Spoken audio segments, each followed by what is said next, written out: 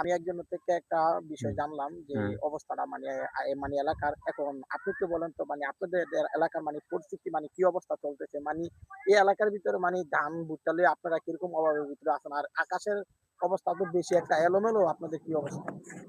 আমাদের এলাকার মধ্যে যে অবস্থা এখন আমাদের এরই ধান ডুবে গেছে গা। বর্তমানে আনতে পারি না এক মুঠো। এখন যাই বুঝতে আছে এটির মধ্যে পানি, তাও পারতে পারি না। মানে করতে কামু করতে কি করুম মানে এখন দূর অবস্থা খারাপ। আচ্ছা, এখন তো আজকে তো যে রৌদ্রটা ছিল, এই রৌদ্রটা তো অনেক একটা পরিবেশটা ভালো ছিল দেখলাম। আজ কিন্তু এখন তো বিকাল টাইমে এখন যে অবস্থা যাইতেছে এর কিন্তু একটা বেশি একটা সুবিধা না। এখন এখন আপনারা কি মানে কিরকম মানে বুঝতে পারছেন? রৌদ্র আসলে আজকে ঠিক আছে, অনেক দূর মনে করে কেউ দিছে, কেউ জায়গার লেগে দিতে পারে না, কেউ জায়গার সমস্যা। তো রোদ আছে আর আবার এখন বৃষ্টি আসমানে রাখতেছে।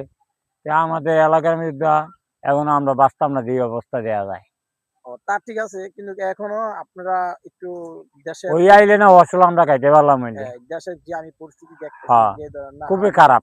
একটা মানুষের অবস্থা বেশি একটা মানে গুরুতর খারাপ যাচ্ছে। হ্যাঁ, আর আমাদের এলাকা নিয়ে আপনারা সবাই একটু দোয়া করবেন যে হ্যাঁ, মানুষের দুঃখ মুখে যাতে আনতে পারে। হ্যাঁ। আপনি এরকম একটা কিছু বললে ভালো হতো।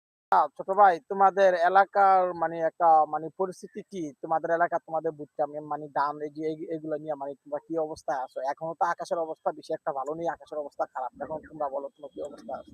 এখন আমরা অনেকই দুর্যোগে আছি। আমাদের ভুট্টা নিতে কষ্ট হচ্ছে, ধান নিতে কষ্ট হচ্ছে। আমরা যাতে রোদ উঠলে সুস্থভাবে নিতে পারি, এটা সবাই দোয়া করতে পারেন।